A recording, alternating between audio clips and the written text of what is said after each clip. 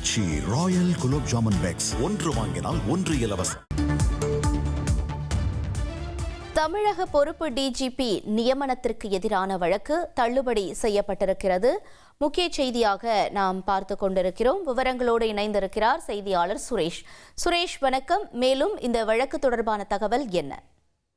வணக்கம். தமிழக டிஜிபியாக இருந்த சங்கர் ஜிவால் கடந்த ஆகஸ்ட் 31 ஓய்வு பெற்றார். இதையடுத்து பொறுப்பு டிஜிபியாக வெங்கட்ராமனை நியமித்து உள்துறை செயலாளர் உத்தரவு பிறப்பித்திருந்தார்.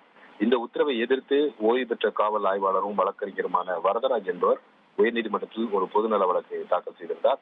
அந்த மனுவில் உச்சநீதிமன்ற உத்தரவின்படி 3 பேர்கள் பட்டியலை அதாவது மூத்த அதிகாரிகள் டிஜிபி பதவி உயர்வுக்கு தயாராக இருக்கக்கூடிய தகுதி வாய்ந்த அதிகாரிகள் பட்டியலை தமிழக அரசு மத்திய அரசு பணியாளர் தேர்வாணையத்துக்கு அனுப்ப வேண்டும்.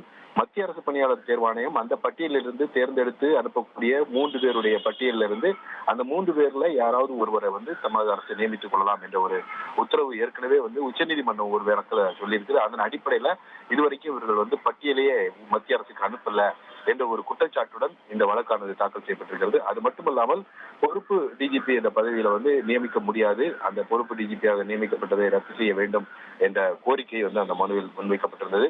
இந்த வழக்கு தலைமை நீதிபதி எம் ஸ்ரீவஸ்தவா மற்றும் நீதிபதி ஜி அருள்முருகன் அடங்கிய அமர்வுல இன்றைக்கு விசாரணைக்கு வந்தது.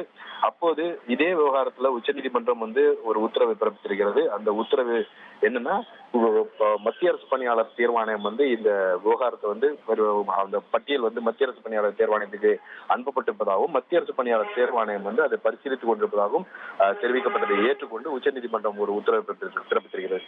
அந்த டிஜிபி நியமனம் தொடர்பான அந்த பட்டியலை விரைந்து பரிசீலித்து முடிவெடுக்க வேண்டும் என்று உச்சநீதிமன்றம் மத்திய அரசு பணியாளர் தேர்வாணையத்துக்கு உத்தரவிட்டிருந்தது. அந்த உத்தரவினுடைய நகல் இன்றைக்கு நீதிமன்றத்தில் தாக்கல் செய்யப்பட்டது. இதை ஏற்றுக்கொண்ட நீதிபதிகள் டிஜிபி பதவி காலியான நிலையில இடைக்காலமாக அந்த பொறுப்பு டிஜிபி நியமிக்கப்பட்டிருக்கிறார். அந்த பதவி யாராவது ஒருவர் பொறுப்பேற்றுக் கொள்ள வேண்டும் என்ற அடிப்படையில தற்காலிக அடிப்படையில இடைக்காலமாக பொறுப்பு டிஜிபி நியமிக்கப்பட்டிருக்கிறார். அதை எதிர்த்து இந்த பொதுநல வழக்கு தாக்கல் செய்ய முடியாது என்று தெரிவித்த நீதிபதிகள் இந்த விவகாரத்தில் ஏற்கனவே உச்சநீதிமன்றம் ஒரு உத்தரவை பிறப்பித்திருக்கிறதுனால இதுல தலையிட விரும்பவில்லை என்று சொல்லி இந்த வழக்கை தள்ளுபடி செய்து உத்தரவிட்டிருக்கிறது. தகவல்களுக்கு நன்றி சுரேஷ். ஆச்சி ராயல் குலோப் ஜாமுன் பேக்ஸ் ஒன்று வாங்கினால் ஒன்று இலவசம்.